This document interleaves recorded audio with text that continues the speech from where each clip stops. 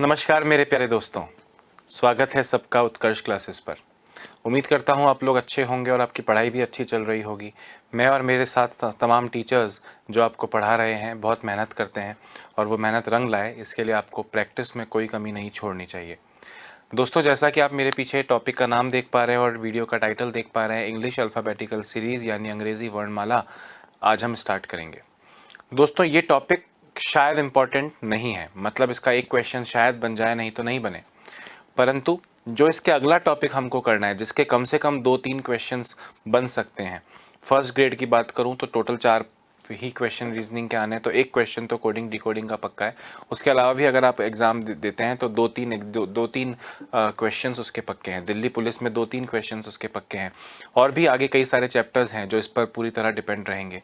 तो वो हम इसको पढ़े बिना वहाँ तक नहीं पहुँच सकते हैं, इसलिए ये टॉपिक दोस्तों हमको बहुत गहराई से पढ़ना होगा।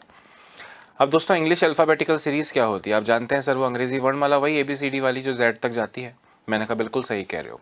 अब उसके ऊपर मतलब देखो, मैं पहले टॉपिक से कहता आ रहा हूँ कि भैया रीजनिंग कॉमन सेंस का हिस्सा है, यानी अब इस टॉपिक में भी आपको कॉमन सेंस लगाना है। आपको ये सोचना है कि सर जो रटवाएंगे वो सब तो ठीक है, मैं कर लूँगा, पर आखिर में तो अंग्रेजी वर्णमाला वही ए से लेके 26 तक है। उस स्कूल में गए हो तब से ये ए से लेके Z तक सबसे पहला चीज़ ही यही सीखा होगा जब से अंग्रेजी पढ़ने लगे हो।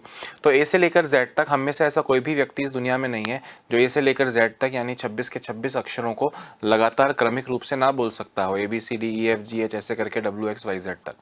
यानी कोई ऐसी चीज़ जो आप कम से कम पिछले 20 साल से पढ़ते आ रहे हो, है ना, उस चीज़ में क्वेश्चंस बस अब हम डाल देंगे, बाकी आता हमें सब कुछ है। अब जब ये टॉपिक करेंगे और इसके माध्यम से इसके आगे वाले टॉपिक जब हम करेंगे दोस्तों, तो सबसे इम्पॉर्टेंट चीज़, इनफैक्ट इकलौती इम्पॉर्टेंट चीज़ क्या है, ये जानना कि सर ए से लेके Z तक 26 अक्षर होते हैं, 26 लेटर्स होते हैं। मैंने कहा बिल्कुल सही कह रहे हो, ये चीज़ जाननी इम्पॉर्टेंट है। साथ साथ दोस्तों, सभी अक्षरों का सभी लेटर्स का क्रमांक हमको याद होना चाहिए। क्या याद होना चाहिए? क्रमांक याद होना चाहिए।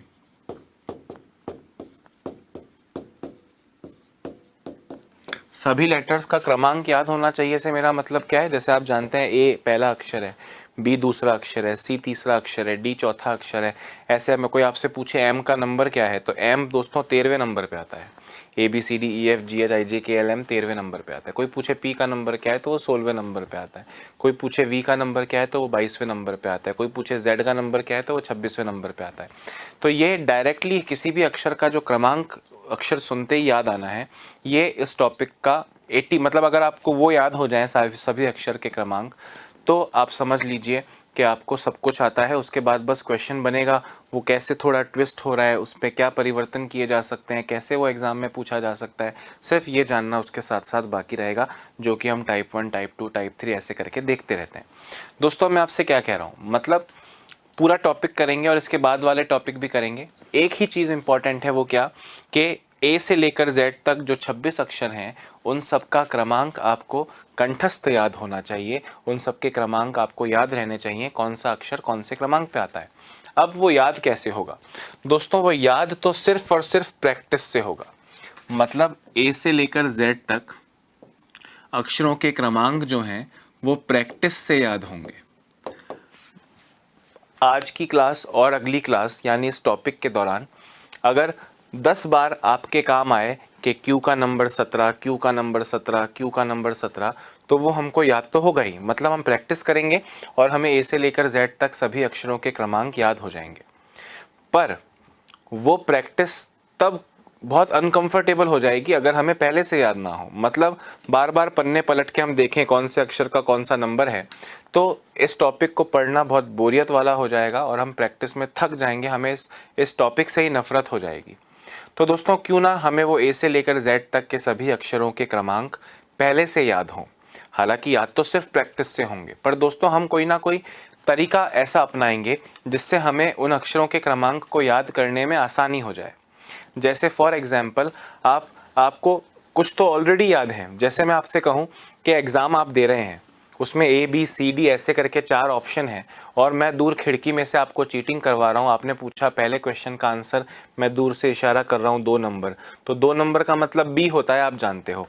3 नंबर का सी होता है, 1 नंबर का ए होता है। कुछ आप जानते हो, कुछ हम याद कर लेंगे। हम ये चाहते हैं कि भाई हम क्वेश्चंस पे आएँ, टाइप 1 के क्वेश्चंस, फिर टाइप 2 के क्वेश्चंस, फिर टाइप 3 के क्वेश्चंस। उन क्वेश्चंस के कंसेप्ट्स को समझें। उससे पहले जो सबसे बड़ी चुनौती है कि ए से लेकर जेड तक सभी अक्षरों के नंबर हमको याद हो जाएं, वो चुनौती को हम अगर पहले ही पार कर लें तो कितना अच्छा रहेगा। अब पहले ही पार कैसे करें दोस्तों? मन में एक छवि बनाई जाए, हर अक्षर की एक छवि बनाई जाए। उस छवि के सहारे हमको वो अक्षरों का क्रमांक याद हो जाएगा। वो छवि अगर मन में 10-15 मिनट भी रह ले तो 10-15 मिनट बाद तो प्रैक्टिस इतनी हो चुकी होगी कि आपको ऑलरेडी याद होंगे। छवि का मतलब क्या है?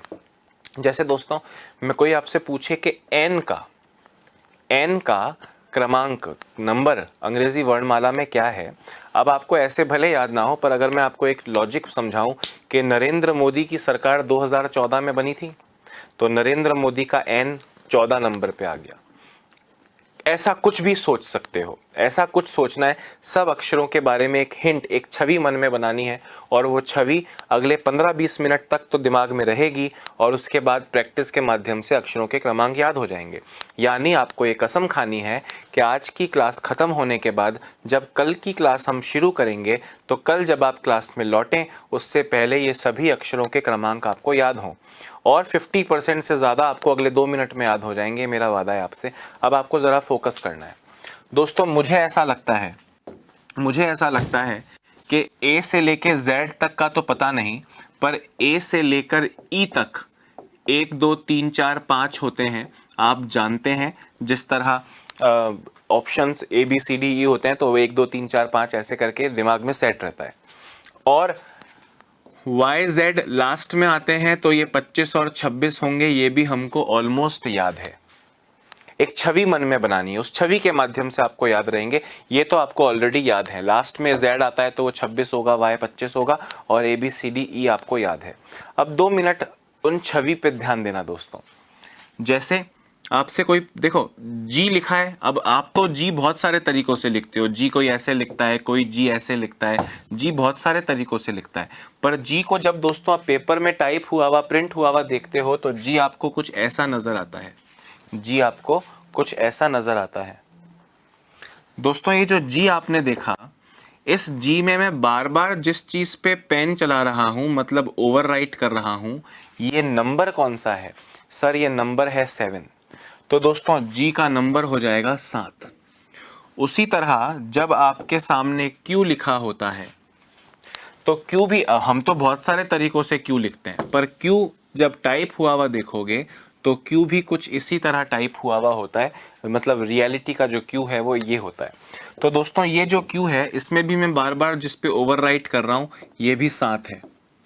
पर क्यू 7 पे तो हो नहीं सकता, आपको पता है, तो क्यू 17 पे हो जाएगा। 27 होता नहीं है, 7 पे जी है, तो क्यू का नंबर क्या हो जाएगा दोस्तों? 7 है, इसलिए 17।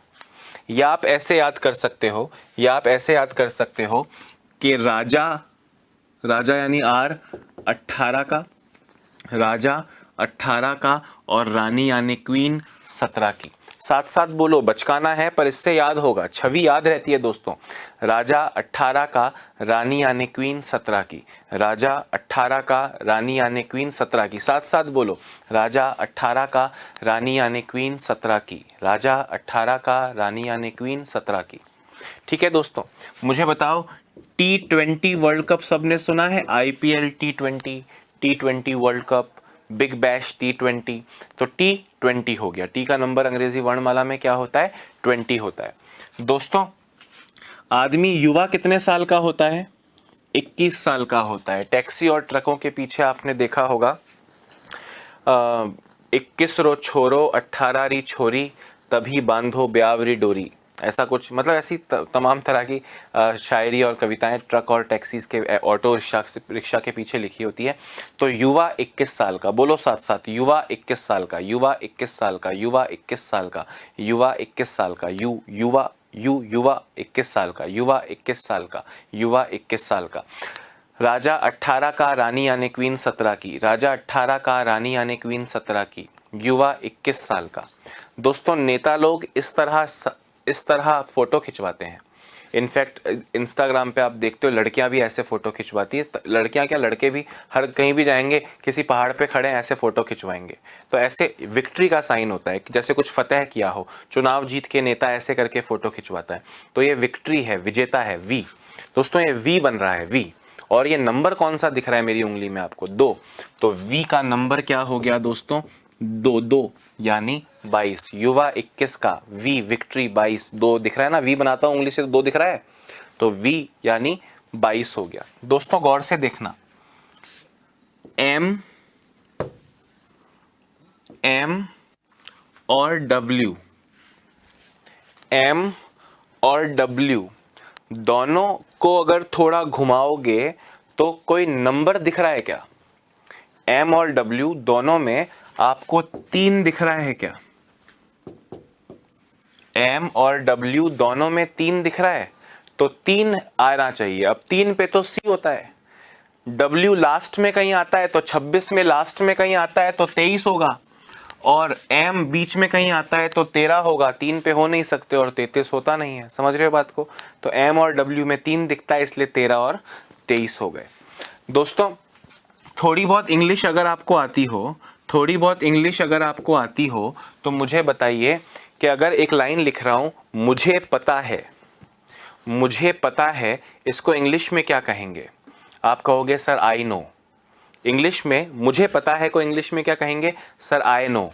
तो आई नो आपका नंबर हो गया, आई का नो, आई नो, मुझे पता है, I know, I know, I know, I know, तो आई नो नंबर हो जाएगा। क्लियर है बात? समझ में आई सबको? दोस्तों एक ऐसे एक शब्द याद कर सकते हो, ई ज्योति। क्या याद रख सकते हो? ई ज्योति।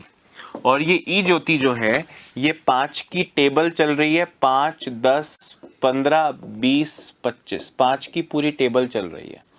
5, 10, 15, 20, 25, 5 की टेबल चल रही है। 5, 10, 15, 20, 25, ई ज्योति, ई ज्योति, ई ज्योति, ई ज्योति, ई ज्योति।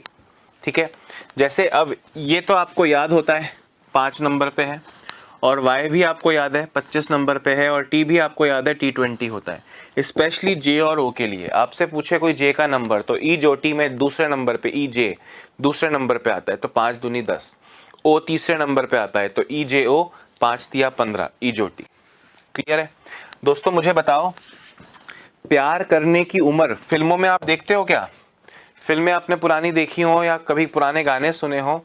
ऐसे गाने सुने हो, वो 16 बरस की बाली उम्र को सलाम, ए प्यार तेरी पहली नज़र को सलाम, मैं 16 बरस की तू 17 बरस का, ऐसा कुछ बहुत सारे गाने बने है ना। तो दोस्तों बॉलीवुड के हिसाब से, मूवीज़ के हिसाब से, फिल्मों के हिसाब से प्यार करने की सही उम्र कितनी होती है? 16। तो पी यानी प्यार की उम्र 16, पी यानी प्यार की उम्र 16, पी यानी प्यार की उम्र 16, जो कि आपकी, मेरी और सबकी गुजर चुकी है। तो अब दोस्तों प्यार नहीं होगा, केवल पढ़ाई होगी। ठीक है? अच्छा, अभी देखो आपके मन में आ रहा होगा कि सर मैंने कोई और YouTube वीडियो देखा था सर, उसमें तो ना ऐसे कुछ और याद करवाया था। दोस्त मैं क्या आपसे बोल रहा हूँ, याद होना इम्पोर्टेंट है, याद होना इम्पोर्टेंट है, उसके बाद में वो किसी भी तरह याद हुआ हो। आखिर में तो ये कविताएं याद नहीं रहेंगी कि प्यार की उम्र 16, T20, विक्ट्री वी, युवा 21 का, ये याद नहीं रहेगा। प्रैक्टिस करोगे अगले 10-15 मिनट ये छवि मन में रहेगी।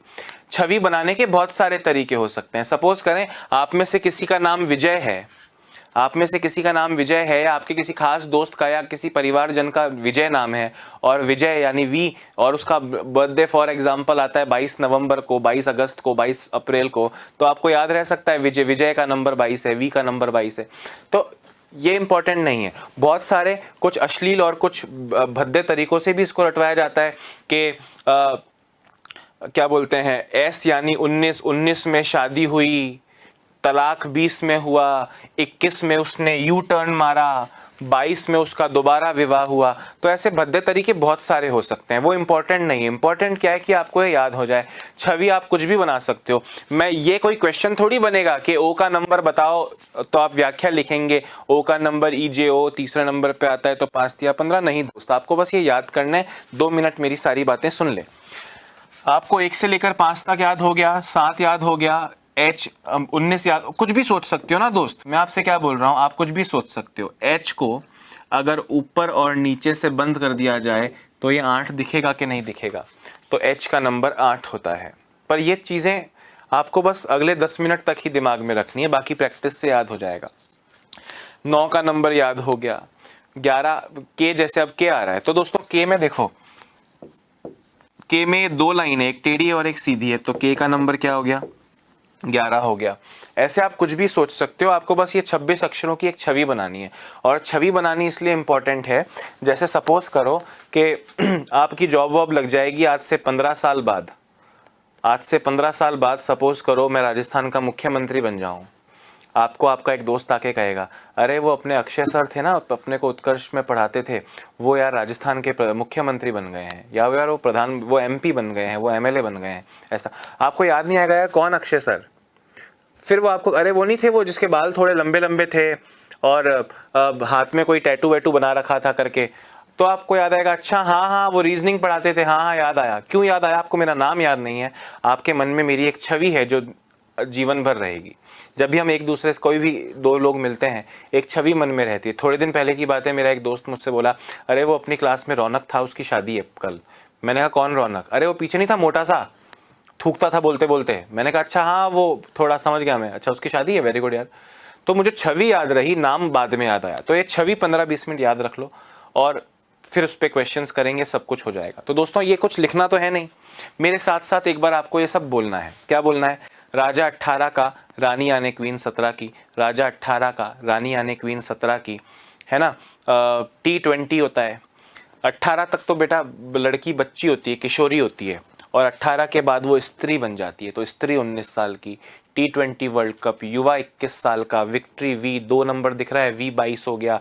M और W दोनों में 3 दिखाई दे रहा है, तो 13 और 23 हो गया। I नो मतलब I का नंबर 9 होता है, प्यार की उम्र 16 होती है। EJOTY EJOT 5 10 15 20 25, YZ लास्ट में है 25 26, ABCDE ऑप्शंस होते हैं 1 2 3 4 5। ऐसे करके आपने काफ़ी सारे अक्षर देख लिए। अब जैसे सपोज करो S का नंबर भूल जाओगे S का नंबर क्या था, अब S का नंबर भूल जाओगे, आपको याद आएगा राजा 18 का, R के बाद में ही तो जस्ट बाद में S आता है, तो अपने आप वो 19 याद आ जाएगा। और बाकी तो हम प्रैक्टिस करेंगे। तो ये जो कुछ मैंने अभी बोला, कैसी राइम्स बनाई, कुछ छवि बनाई, ये बोर्ड पे लिखी भी तो है नहीं, तो ये आपको लिखनी भी नहीं है। हम क्वेश्चंस के साथ साथ इन राइम्स को दोबारा से सुनते रहेंगे ताकि हमको चीज़ें याद हो जाएं दोस्तों, ठीक है। तो अब हम क्वेश्चंस पे आते हैं। क्वेश्चंस अंग्रेजी वर्णमाला में किस तरह के बनते हैं, मैं उस पे आ रहा हूँ। एक बार टाइप 1 लिखो, टाइप 1, और ज़रा क्वेश्चन पे गौर करो। पहला क्वेश्चन पूरी लैंग्वेज में लिख रहा हूँ, यदि अंग्रेजी वर्णमाला को, यदि अंग्रेजी वर्णमाला को बाएं से दाएं क्रमिक रूप से लिखा जाए, क्रमिक रूप से लिखा जाए,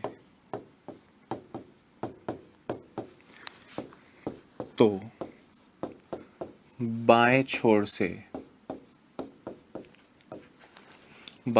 से 9वां अक्षर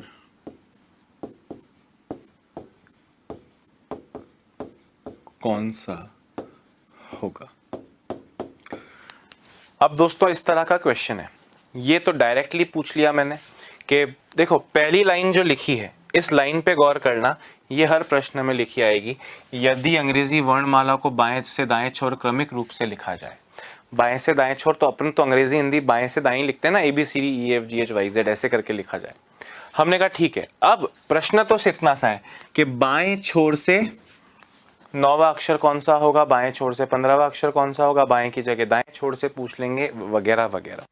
तो दोस्तों इन क्वेश्चंस को और सहजता से कर पाओ, वैसे तो काफ़ी अक्षर आपको याद हो गए होंगे अब तक, पर आपके पास लिखे होने ज़रूरी हैं, क्योंकि आप मन में याद करोगे उसमें टाइम लगेगा।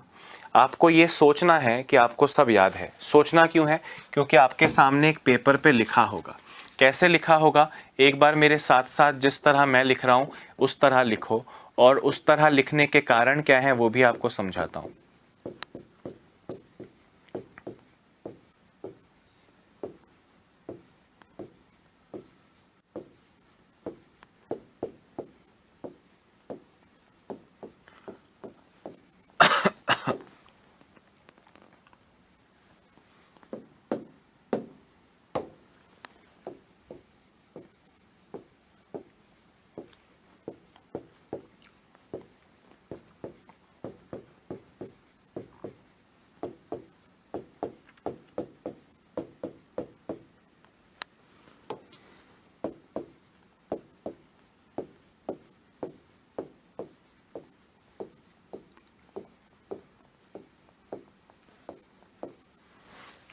हाँ दोस्तों, ये अंग्रेजी वर्णमाला मैंने ऐसे लिखी। अब आप कहोगे सर ऐसे क्यों लिखी, ABCDEFGHYZ? उसके दो कारण हैं। वो दो कारण क्या हैं आपको मैं नोट के रूप में लिखवा रहा हूं, मेरे साथ साथ लिखना।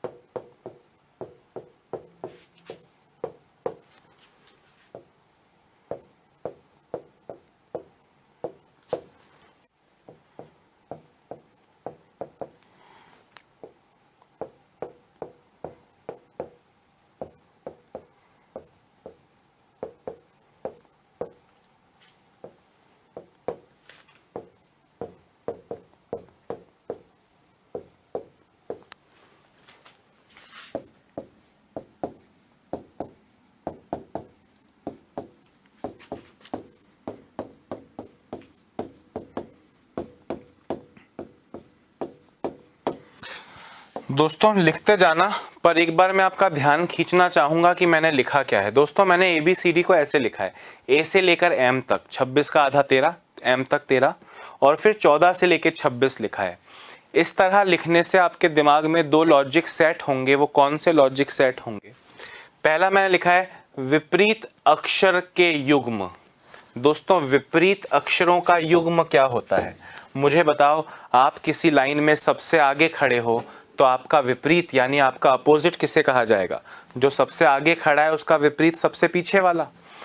जो आगे से दूसरा है उसके विपरीत जो पीछे से दूसरा है।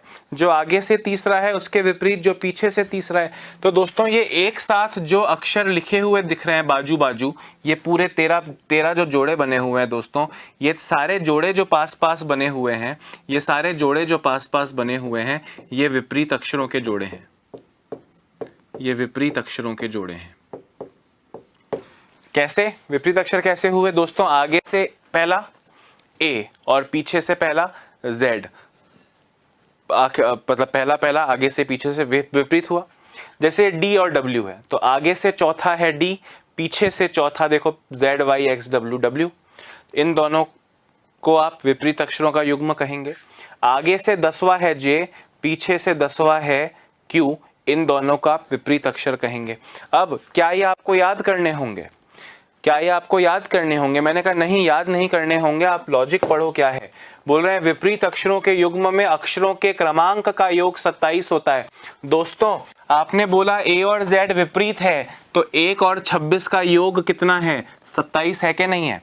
आपने बोला E और V विपरीत हैं, 5 और 22 का योग 27 होता है, सही है कि नहीं?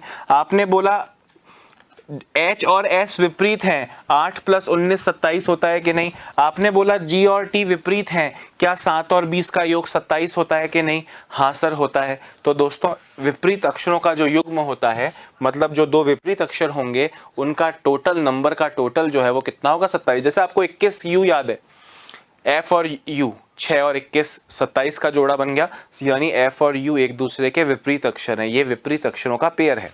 दूसरी चीज जो ज्यादा इंपॉर्टेंट है वो कौन सी है?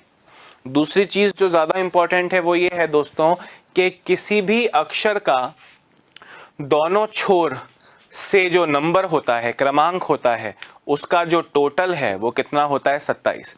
एग्जाम्पल देना चाहता हूं दोस्तों, ए है, ए आगे से एक नंबर पे है और पीछे से गिनोगे तो ए अंत में आएगा यानी 26वें नंबर पे आएगा।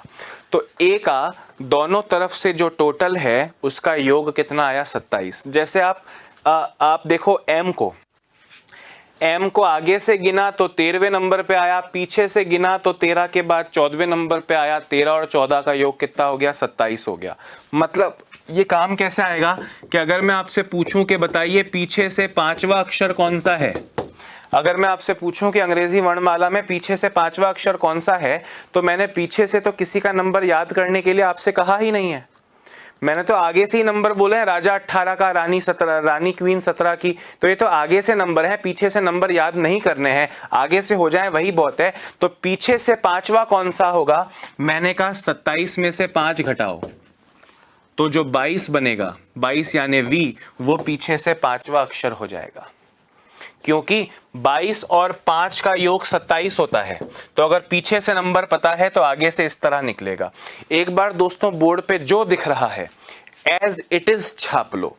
ये जो युग्म है ई वी डी डब्ल्यू, ये सारे याद करने के लिए कि सर ई के साथ में वी आता है, ये सारे याद नहीं करने हैं, बस उनका योग 27 होता है, इतना ही बहुत है। फटाफट से लिख लो।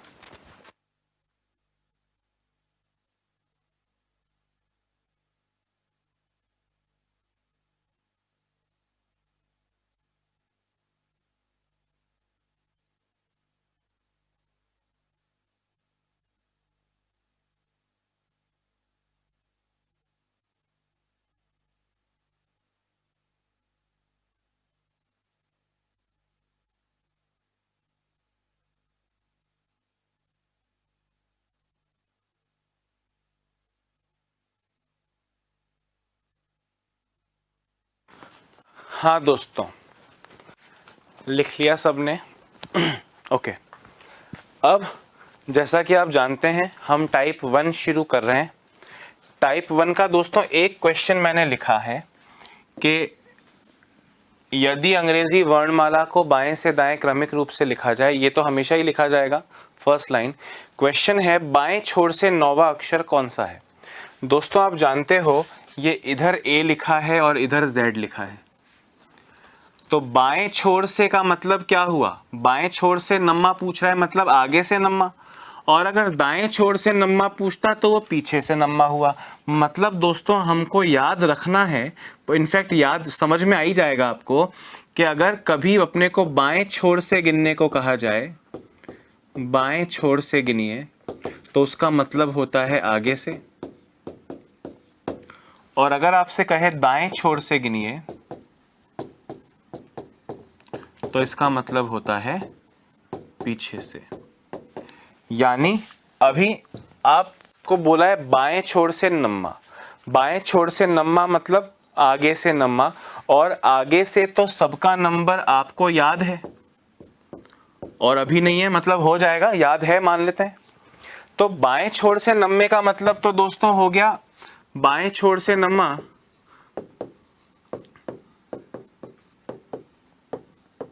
इसका मतलब आगे से नम्मा। पर अगर इस लास्ट लाइन की जगह दोस्तों क्वेश्चन होता दाएं छोर से 9वां अक्षर कौन सा होगा, तो दोस्तों यहां पे आप आंसर आई नहीं दे सकते हो, क्योंकि यहां पे आपसे पूछ रहे हैं दाएं छोर से नम्मा कौन सा होगा। कॉमन सेंस से देखो, दाएं छोर से का मतलब पीछे से नम्मा कौन सा होगा। तो दोस्तों इस दाएं छोर से का मतलब जो आपने लिखा है पीछे से, तो पीछे से नम्मा तो आपको याद नहीं है, पीछे से नम्मा तो आपको याद नहीं है, पर आपको ये जरूर पता है कि आगे से और पीछे से का नंबर टोटल करते हैं तो 27 आता है। अगर कोई पीछे से 9वां है तो वो आगे से 18वां होगा, और 18 पे क्या आ गया, आर आ गया। यानी अगर दाएं छोर से गिनना हो तो बाएं छोर से गिनने वाला तो याद है, पर दाएं छोर से गिनने वाला हो तो आपको 27 माइनस n कर देना है, क्योंकि दाएं छोर से गिनने का मतलब पीछे की ओर से गिनना होता है। ये लिखा है a, ये लिखा है b, ये लिखा है c, ऐसे करके लिखा है x, y और z, हाँ या ना। तो दाएं छोर से का मतलब पीछे से पहला, दूसरा, तीसरा, चौथा, पांचवा, छठा, सातवां, आठवां, नौवां, तो वो आर हो जाएगा। इस तरह से आपको देखना है। और मैं आपसे सबसे बढ़िया चीज़ इस टॉपिक में क्या है दोस्तों, सबसे बढ़िया चीज़ इस टॉपिक में ये है कि कभी किसी प्रश्न में उलझ जाओ या दिमाग में नहीं आ रहा हो तो ए से लेकर जेड तक तो लिख लोगे ना। जैसे आपने यहाँ लिखा हुआ है Z, Y, X, W, V, U, T, S, R, Q, P, ऐसे। तो दाएं छोर से 1 2 3 4 5 6 7 8 9 आ रहा है। तो इम्पॉसिबल तो आपके लिए ऑलरेडी नहीं है, मतलब मैं इस टॉपिक को नहीं भी करवाऊं तो भी आप इस टॉपिक के सभी क्वेश्चंस का आंसर दे सकते हो। मेरे कराने से मन में सोच के दे सकते हो कि जैसे ही ये क्वेश्चन देखा, बाएं छोर से 9वां, बाएं छोर से 9वें का मतलब हो गया आगे से 9वां, I know, no answer, I answer है। वैसे अगर बोलते हैं अंग्रेजी वर्णमाला को बाएं से दाएं लिखा जाए तो दाएं छोर से 9वां अक्षर कौन सा होगा, तो दाएं छोर से 9वां अक्षर 27 - 9 18 होगा। 18 का मतलब आर होता है। बात भेजे में घुस रही है या नहीं? एक बार दोस्तों इसको फटाफट लिखिए और फिर मैं आगे बढ़ता हूं और इसके टाइप 1 के और क्वेश्चंस करवाता हूं आपको।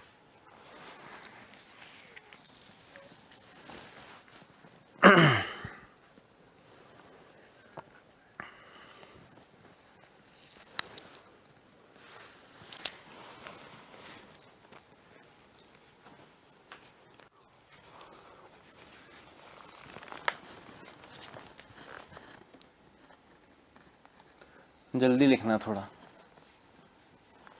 ठीक है? आगे बढ़े। ये रूल लिखना दोस्तों, ये मैंने लिखा है तो आपको भी लिखना है, इसलिए मैंने लिखा है। ये रूल आपको लिखना है, ठीक है? कि अगर बाएं छोर से गिनने को कहें तो उसका मतलब आगे से गिनना होता है, और दाएं छोर से गिनने को कहें तो उसका मतलब पीछे से गिनना होता है।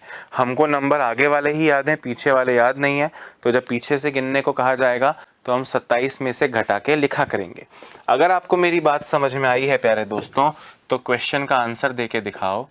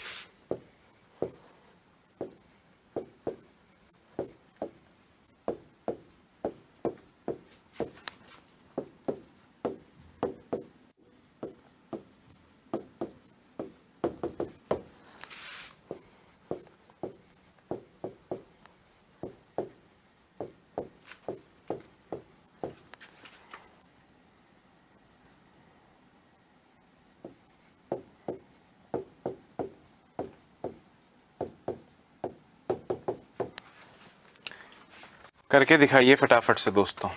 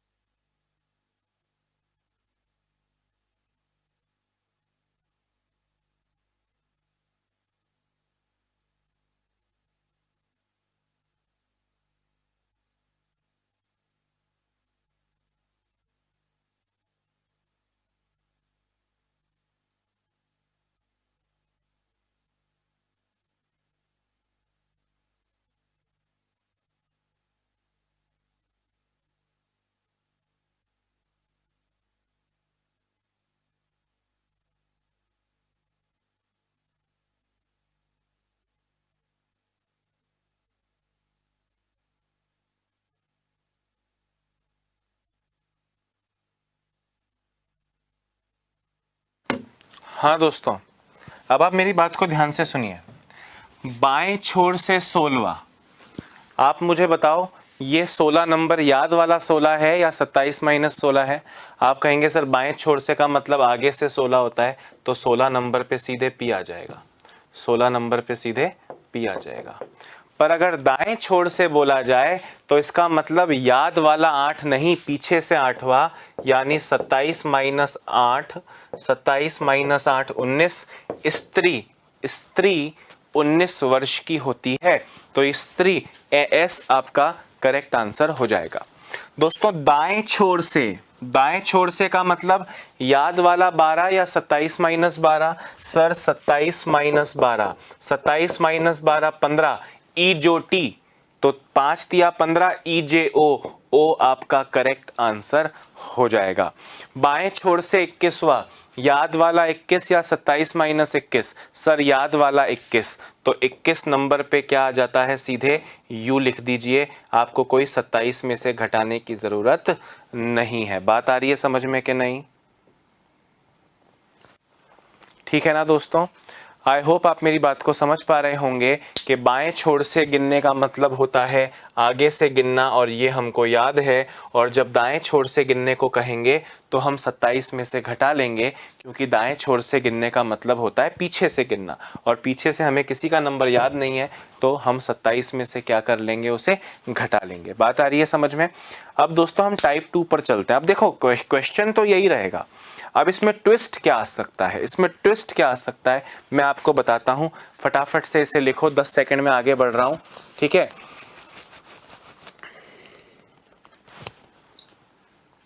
हाँ, टाइप 2 क्वेश्चन सुनना। क्वेश्चन है,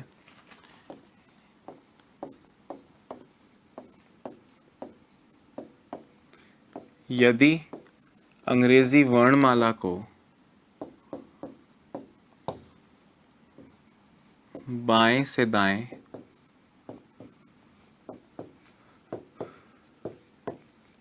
क्रमिक रूप से लिखा जाए तो बाएं छोर से 11वें अक्षर के दाएं 5वां अक्षर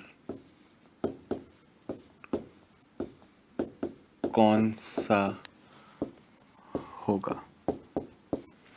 सुनना बात को, सब कुछ वैसा का वैसा है, वर्णमाला को बाएं से दाएं लिखा जाए तो। अब क्वेश्चन यहां से स्टार्ट हो रहा है दोस्तों। अभी तक तो आपने सिर्फ इतना देखा कि बाएं छोर से इतने नंबर पे क्या आएगा, दाएं छोर से इतने नंबर पे क्या आएगा, बाएं छोर से इतने नंबर पे क्या आएगा।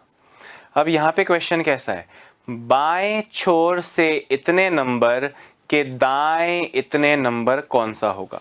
मतलब अगर सपोज करो ये ABCDEFGHYZ लिखा है दोस्तों, आपसे पूछ रहा हूं बाएं छोर से 11वें, तो बाएं छोर से 11वां अक्षर के होता है।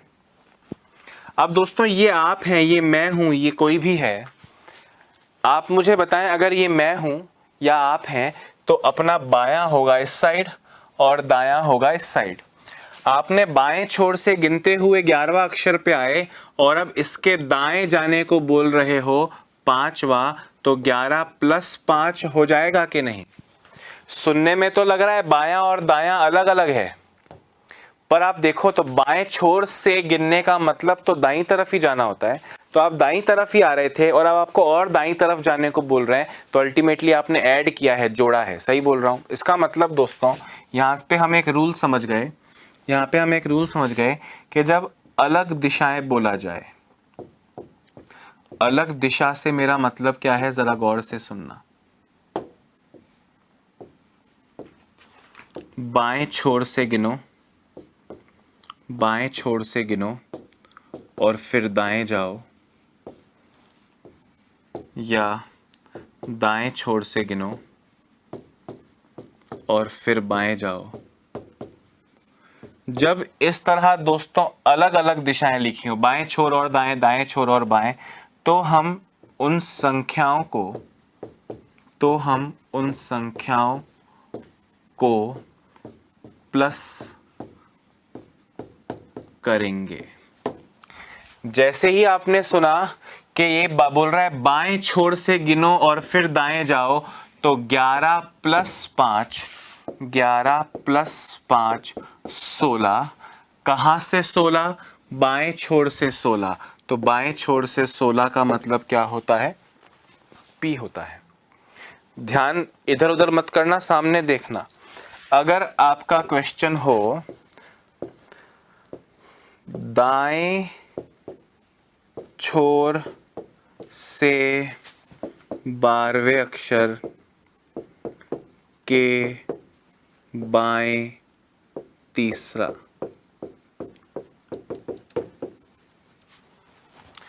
तो भी है तो अलग दिशा, दाएं बाएं, दाएं बाएं, दाएं छोर और बाएं। जब भी बाएं दाएं या दाएं बाएं गिनना हो प्यारे दोस्तों, तो आप संख्याओं को ऐड करोगे। ये बात आपके भेजे में घुस चुकी है। आपने बोला सर 12 + 3 15, ये रहा 12 और ये रहा 3 15। पर दोस्तों इस क्वेश्चन में छोर बायां था और इस क्वेश्चन में छोर दायां है, मतलब ये 15 जोड़ना है। ये तो आपने बिल्कुल सही लिखा कि जुड़ जाएंगी दोनों संख्याएं, परंतु छोर कौन सा है? इस क्वेश्चन में बायां छोर था, तो बाएं छोर से 16वें का मतलब याद वाला 16। उसी तरह ये 15 है, परंतु ये 15वां कहां से है? मतलब इस 2 लाइन के क्वेश्चन को एक लाइन का बनाने के लिए तो नियम लिख लिया, पर वो ऑलरेडी जब एक अंक का बन चुका है, एक लाइन का बन चुका है, तो ये 15वां कहां से है? दाएं छोर से। तो इसका मतलब दोस्तों 27 - 15 12 होता है, और 12 मतलब L। ये तो पुरानी नॉलेज है, जोड़ेंगे ये नया है। फिर छोर कौन सा है उसके हिसाब से 27 यूज करना है कि नहीं करना है, ये आप पहले से जानते हो। छोर दायां है तो 27 में से घटाओगे, छोर बायां है तो एज इट इज रखोगे, हम ऑलरेडी जानते हैं। तो दोस्तों ये रहा फर्स्ट क्वेश्चन और ये रहा सेकंड क्वेश्चन। एक बार जरा फटाफट से लिखिए, फटाफट लिखो, और फिर सेकंड टाइप के, इस टाइप 2 के ही दो क्वेश्चंस और करेंगे।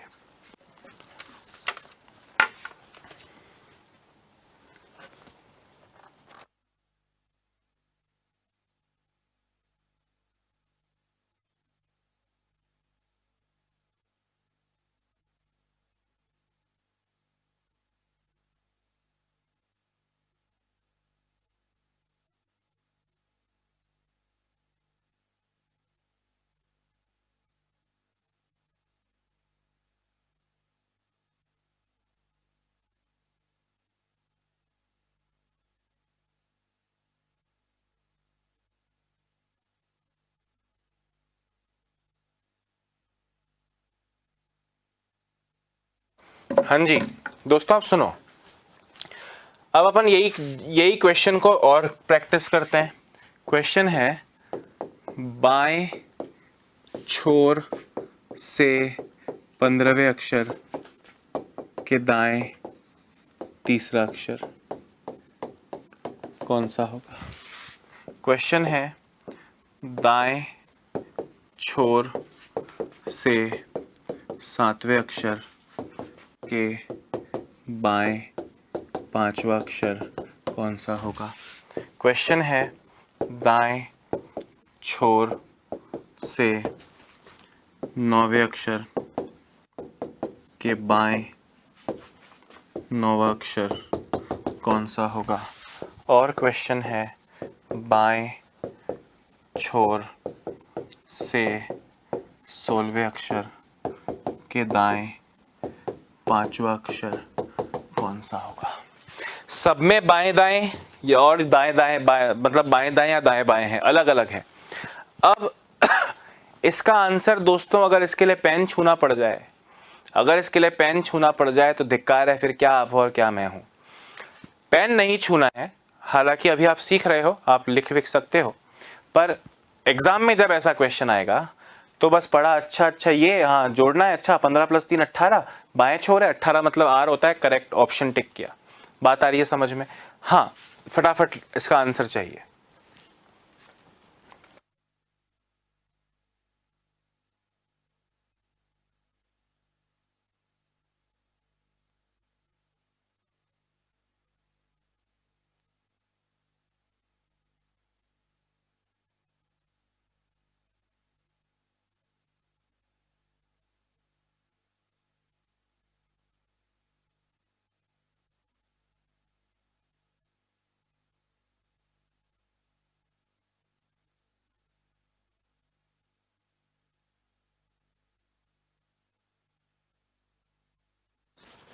हाँ जी, अरे सिंपल है ना, बाएं दाएं जोड़ा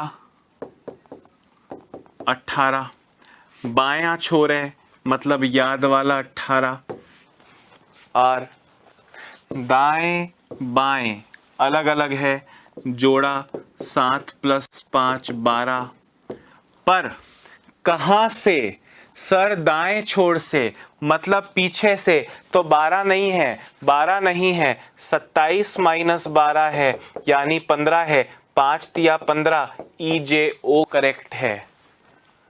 अरे सही बोल रहा हूं या गलत बोल रहा हूं? दाएं बाएं अलग अलग है, 9 + 9, 9 + 9 18, पर क्या वाकई 18? क्या 18 नंबर का आर आंसर कर दूं? नहीं सर, दाएं छोर से है, तो 27 - 18, 27 - 18 9, यानी आई नो अपना करेक्ट आंसर होगा। बाएं दाएं अलग अलग है तो जोड़ते हैं 21 आएगा। क्या यू रख दूं या 27 - 21 करूं? सर बाएं छोर से है मतलब याद वाला 21, याद वाला 21 दोस्तों क्या होता है?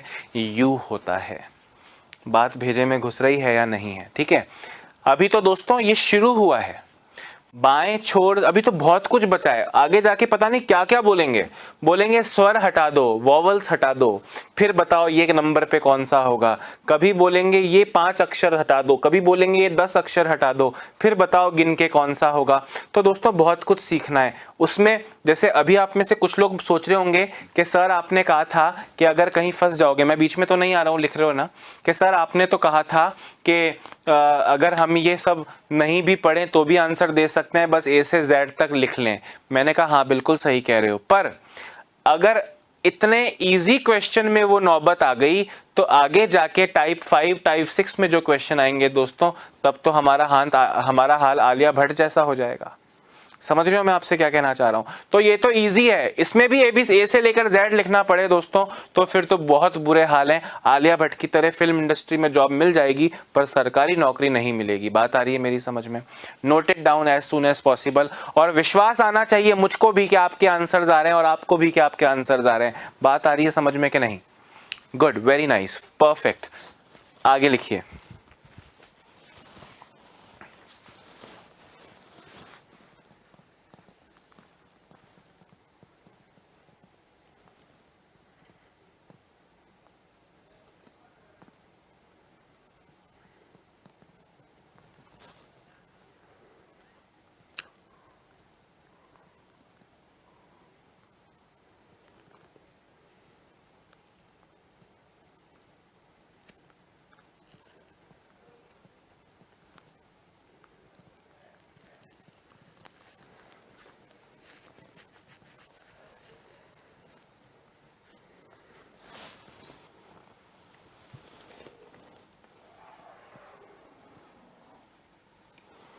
चलिए आगे बढ़ते हैं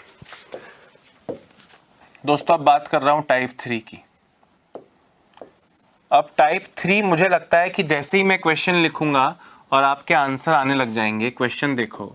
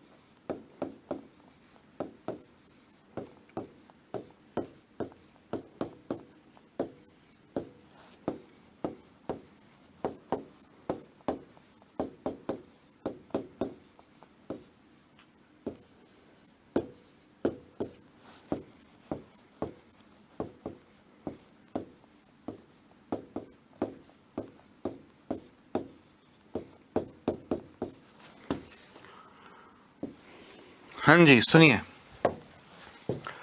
टाइप 2 और इस टाइप 3 में क्या फ़र्क है?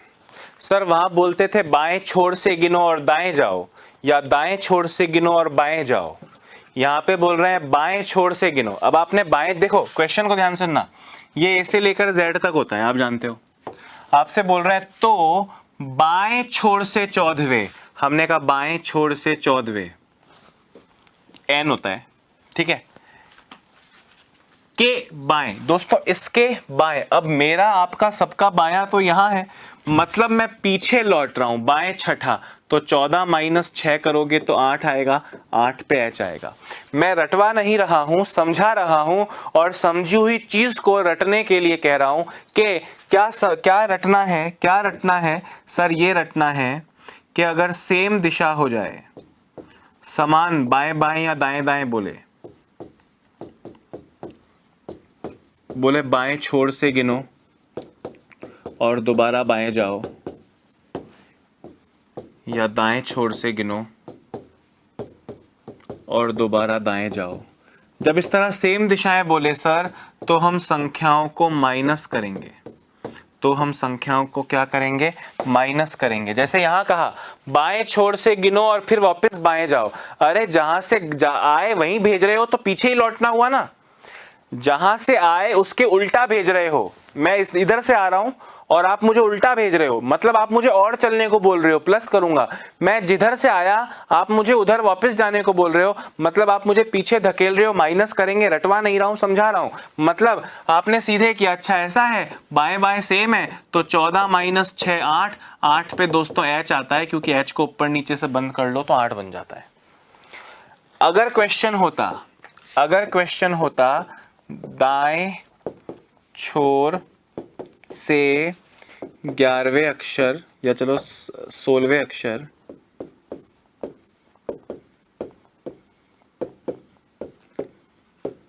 के दाएं 5वां अक्षर कौन सा होगा?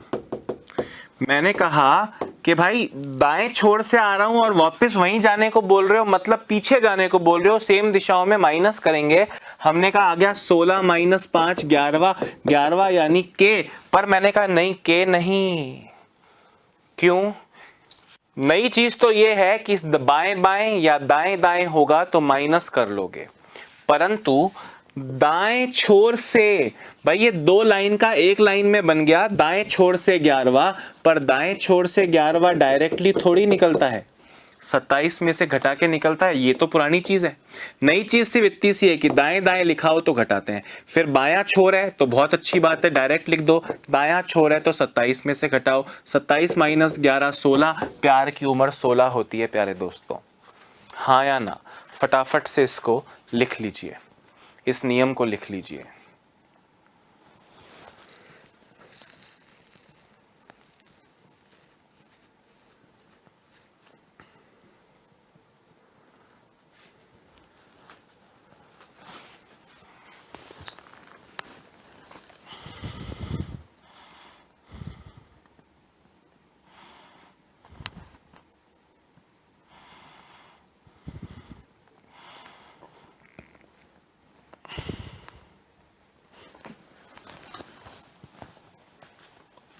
ठीक है, लिख लिया क्या भाई? रटना है, याद रखना है, रटना नहीं है, समझना है और फिर याद रखना है कि बाएं बाएं हो तो भी माइनस, दाएं दाएं हो तो भी माइनस, बाएं दाएं हो तो प्लस, दाएं बाएं हो तो प्लस।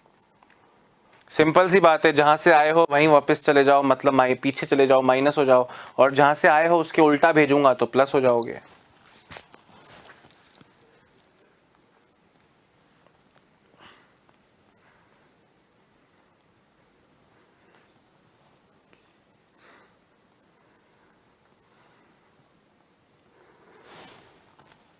ठीक है, देखो जरा, नहीं लिखा है तो पीडीएफ में से लिख लेना। ये मत सोचना सर आगे बढ़ गए, सर आगे बढ़ गए।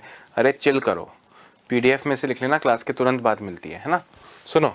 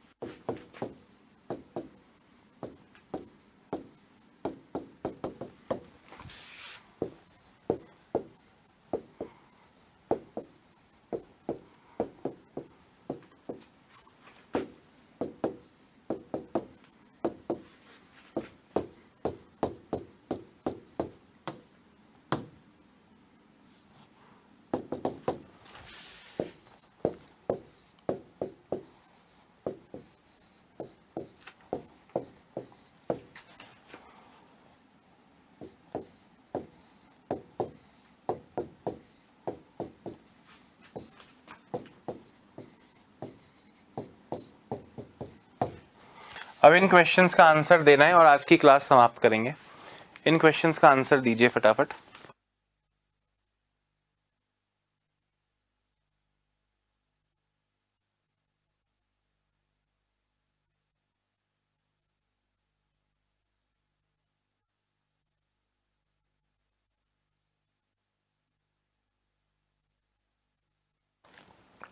हाँ जी, सिंपल होगा। बाएं बाएं बाएं बाएं, जहां से आए वहीं भेज रहे हो, माइनस करेंगे। 17 माइनस 5 12।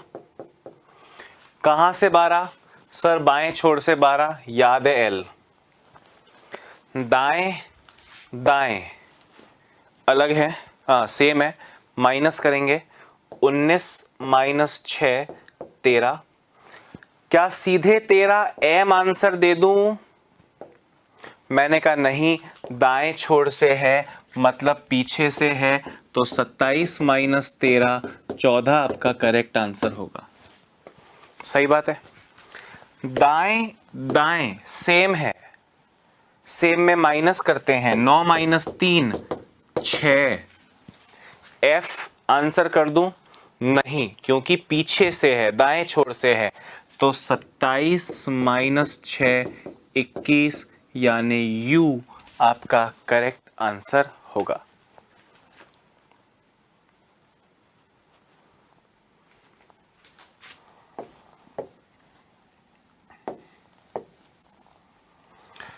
बाएं बाएं अलग अलग, सेम सेम है, तो 10 माइनस 4 6। सीधे 6 यानी एफ आंसर दे दूं या 27 में से घटाऊं? सर 27 में से मत घटाओ, डायरेक्ट 6, डायरेक्ट 6 यानी एफ आपका करेक्ट आंसर है। तो दोस्तों उम्मीद करता हूं कि आज जो आपने पढ़ा, जस्ट शुरू किया है, आपको समझ में आया होगा। कल और इससे ज़्यादा ट्विस्टेड क्वेश्चंस इस टॉपिक के करेंगे। याद रखना, इस टॉपिक को पढ़ने का मूल कारण ये टॉपिक अपने आप में नहीं, इसके आधार पे हमको आगे बहुत इंपॉर्टेंट चैप्टर्स करना है। मैं उस पर सीधे नहीं पहुंच सकता इसको कराए बिना। अभी के लिए इतना ही। अपना ध्यान रखिए, स्वस्थ रहिए, मस्त रहिए। Bye bye, have a nice day.